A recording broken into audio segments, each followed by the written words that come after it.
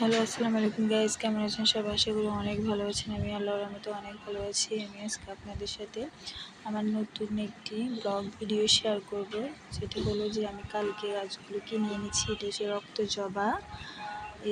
আর এই যে দেখেন, এটার সাথে ঢালও আছে, অনেকটাই কয়েকটা ঢাল এটা ছড়ানো ছিল, তো আমি দেখে এটাই নিয়েছি। আর এটা হচ্ছে কারি পাতা। এটা রান্নার কাজে ইউজ করা যায়, চুলের ক্ষেত্রেও ইউজ করা যায়। এই যে অনেকটাই ফ্রেশ। এখনও আমি গাছগুলো ঠিকঠাক করে ঠিক জায়গায় এখনও রোপণ করি নেই।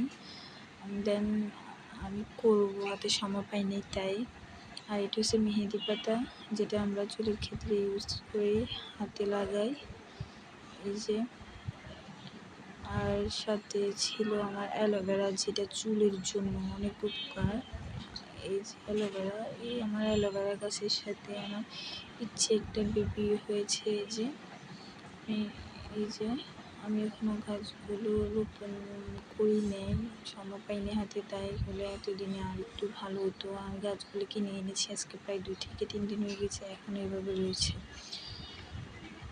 এই যে দেখেন, আসলে সবগুলা গাছ আমি কিনে এনেছি মূল উদ্দেশ্য হচ্ছে আমি চুলের জন্য। আমার প্রচুর চুল পড়তেছে, তাই আমি মেহেদি পাতা, মেহেদি গাছ, অ্যালোভেরা, কারি পাতা, জবা ফুল এবং জবা ফুলের পাতা চুলের জন্য অনেক অনেক ভালো। আমি আগে ইউজ করেছি কয়েকবার, তাই আমি ফলাফল পেয়েছি।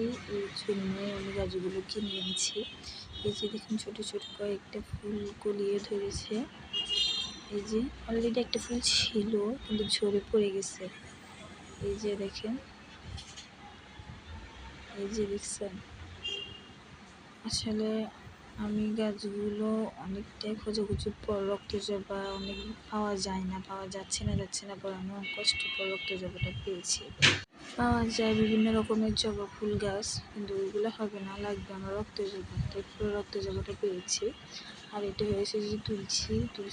এই গাছটা চুলের জন্য অনেক উপকার। এটা আমি রোপণ করি নাই, আমার আম্মু রোপণ করছে। এটা অনেক আরও ছোটো ছিল, এখন অনেকটাই বড় হয়েছে। দেখেন ফুল ধরছে।